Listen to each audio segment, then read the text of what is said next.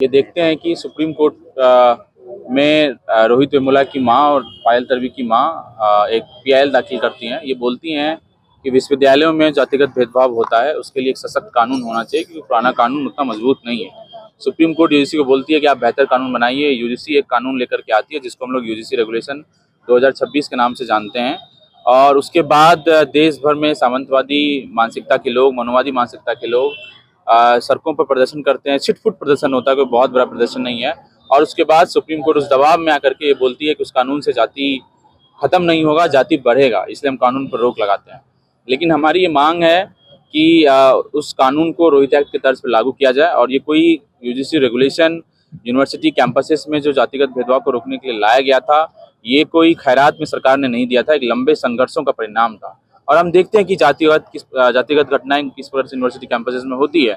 आप अगर OBC background से आते हैं, एससी एसटी बैकग्राउंड से आते हैं, इंटरव्यूज में बैठते हैं तो आपको कम नंबर दे करके निकाल दिया जाता है। नॉट फाउंड सुटेबल आपके नौकरियों में लगा दिया जाता है कैटेगरी के आगे। इस प्रकार से कई घटनाएं और सुसाइड की घटनाएं, इंस्टीट्यूशनल मर्डर की घटनाएं यूनिवर्सिटी कैंपसेस में हो रही है, आईटीज में हो रही है, मेडिकल कॉलेजेस में हो रही है। और खुद यूजीसी की डेटा कहती है कि हाँ, यूनिवर्सिटीज में, विश्वविद्यालयों में 1 से 18% जातिगत घटनाएं बढ़ी है। उसके बाद इस कानून पर रोक लगाना इस देश की बहुजन आबादी का, इस देश के तरक्की पसंद जनता के लिए एक बहुत बड़ा सेटबैक था। लेकिन उस सेटबैक से हम लोग डरे नहीं।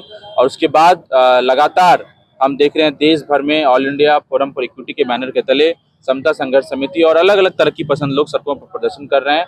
और 19 तारीख की सुनवाई के पहले इस प्रदर्शन का एक और जो है तरीका देश भर के सड़कों पर हमें देखने को मिल रहा है। उसी तरीके से रांची में भी आज ये प्रदर्शन हुआ, इसी मांग के साथ कि सुप्रीम कोर्ट इस बात को माने कि हाँ, यूनिवर्सिटी कैंपसेस में जातिगत भेदभाव होता है और उस कारण से यूजीसी रेगुलेशन को लागू करना चाहिए। कल फैसला आने वाला है, क्या कुछ कहेंगे? यही उम्मीद है कि रोहित एक्ट को लागू किया जाए और उसको सशक्त तरीके से। यूजीसी रेगुलेशन में कई कमियां हैं, उसमें आईटीज को शामिल नहीं किया गया है, मेडिकल कॉलेजेस को शामिल नहीं किया गया है, आईएम्स को शामिल नहीं किया गया है। जो एससी एसटी ओबीसी का रिप्रेजेंटेशन कमेटी में रखा गया है वो मेजोरिटी रिप्रेजेंटेशन नहीं है, उसको मेजोरिटी किया जाए। इक्विटी कमेटी के जो चेयरपर्सन है उसको वाइस चांसलर को ही बना दिया गया है। और हम देखते हैं कि ज्यादातर विश्वविद्यालय में जो वाइस चांसलर हैं वो खुद अपर कास्ट से आते हैं, खुद सरकार की डेटा कहती है कि हम नहीं कहते हैं।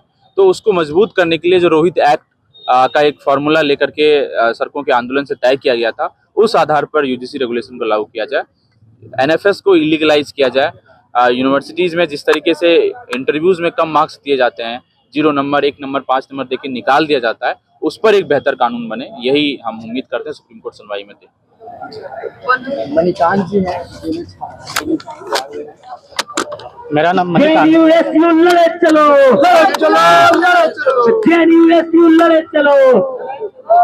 मेरा नाम मणिकांत है। मैं जेएनयू का छात्र हूँ और अभी कुछ दिन पहले जेएनयू वाइस चांसलर ने एक बयान दिया था कि जो इस देश में दलित हैं, वो पीड़ित मानसिकता के हैं, वो हमेशा विक्टिम कार्ड खेलते हैं। उसको लेकर के हम लोगों ने, जो मिनिस्ट्री ऑफ एजुकेशन ने वाइस चांसलर बनाया था यूनिवर्सिटी को, हम लोगों ने घेराव का कॉल दिया था। और उस दिन हमारे यूनिवर्सिटी का ताला बंद कर देता है और उसको हम लोग ताला को तोड़ते हैं। उसके बाद दिल्ली पुलिस हम लोग को 50 लोग डिटेन करता है और उसमें 14 लोगों को तिहाड़ जेल में डालता है। तो हम लोग जो 14 लोग हैं, आज सारे 14 लोग देश के सारे शहरों में हम लोग उतरे हैं।